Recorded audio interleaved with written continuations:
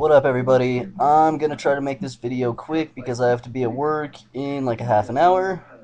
So if I'm rushing a little bit, please excuse me, but this is, as you can see from the title of the video, my Week 2 overview and my prediction for tonight's Monday night game. Let's start off with the Colts and the Giants. Manning Bowl number 2. I'm not going to talk too much about this. I think it was overhyped to begin with.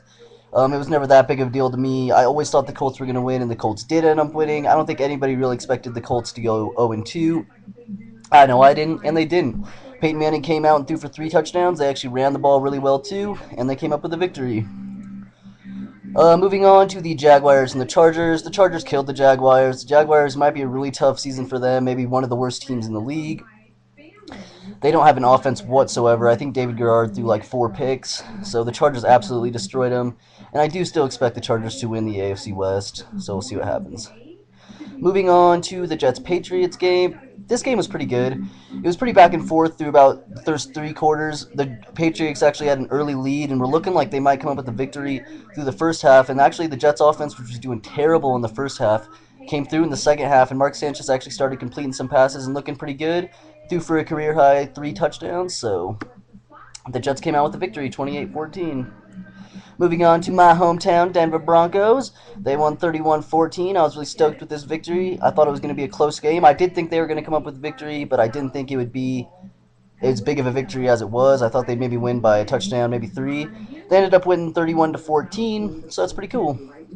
Moving on to the Raiders and Rams. Raiders beat the Rams. Both these teams suck, so I'm not going to elaborate. It was a competitive game. Texans-Redskins. This was probably the best game of the weekend. I thought it was really good. I expect the Texans and the Redskins to be very good this year. I think the Texans will make the playoffs, which is really cool. First time in their career. And they actually ended up winning this game in overtime. They were losing a lot of the game, and they ended up coming back. The Texans coach, I can't remember what his name is, but he freezed the Redskins kicker right before the Redskins kicker was about to put the kick in. I don't really like that too much. It kind of like breaks up the flow of the game, but it's a rule, and he used it very well, and they ended up winning. Also in that game, both quarterbacks threw for over 400 yards, which is pretty impressive. It hasn't happened in like 16 years, so it's pretty crazy. Moving on, Eagles-Lions. I'm going to talk a little bit about this game. The Eagles' offense obviously looked very well, and if you don't know about the whole controversy going on with Kevin Kolb and Michael Vick, I'll give you my opinion right now. Michael Vick should be the quarterback. I think most people's out there opinion is probably the same way. Coming from the coaching staff, they're probably thinking, oh shit, we kind of fucked up a little bit not having Michael Vick being their opening season starter. But I think by the end of this week, Michael Vick will be the starter. I know Kevin Kolb is slated to start, but I don't see him getting past halftime. Moving on, Ravens-Bengals. This was a defensive grudge match. The Ravens could not get anything offensively going. The Bengals really couldn't either. They ran the ball decently, not too well. Their defense actually wasn't really stepped up and won this game. And the Bengals still have that streak going of beating people in their division. So it's pretty impressive. Moving on to Steelers-Titans. The Titans actually lost by 8 in this game. The score actually makes it seem closer than it was. I watched most of this game. The Steelers were pretty much beating the Titans the whole time. Chris Johnson only rushed for 34 yards, I believe, which is fucking ridiculous for the best running back in the league. The Steelers' defense was amazing. Despite their offense, which really couldn't get anything going, their defense just took over. And they won the ball game.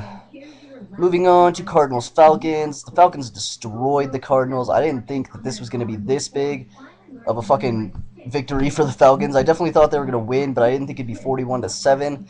The Falcons' offense really came alive, and the Cardinals aren't looking like they're going to have much of an offense this year. They need to find a quarterback to have anything going whatsoever because they don't really have any running backs either. Bucks-Panthers. The Bucks actually wrecked the Panthers 20-7. I was surprised on this game too. I would have taken the Panthers at home. The Bucks ended up taking it on the road. The Panthers are going to start Jimmy Clausen now, I believe, which I think is a good decision.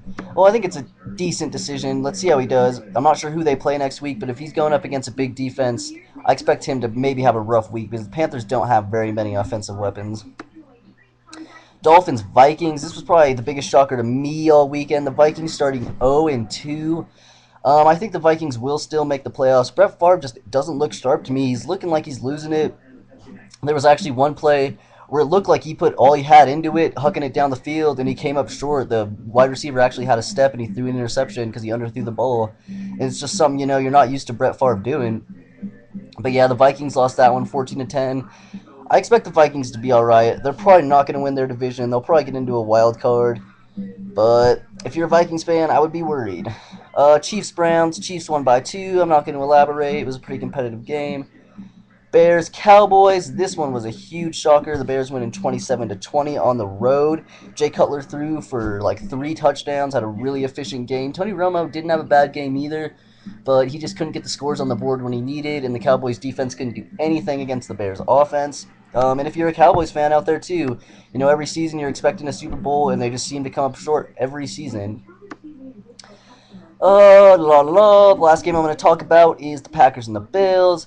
The Packers, to me, may be looking like the strongest team in the league right now. They're the only 2-0 team that actually made the playoffs last year out of all the 2-0 teams. They destroyed the Bills. This game wasn't even close. Aaron Rodgers probably tried about half the game, and the other half of the game was kind of screwing around. But that is all I have to say. Saints 49ers tonight. I'm going to take the Saints. The 49ers didn't look too good in the first game. I know this video was quick and I didn't elaborate too much, but I wanted to get something out there to you since I said I would. So comment, tell me what you think.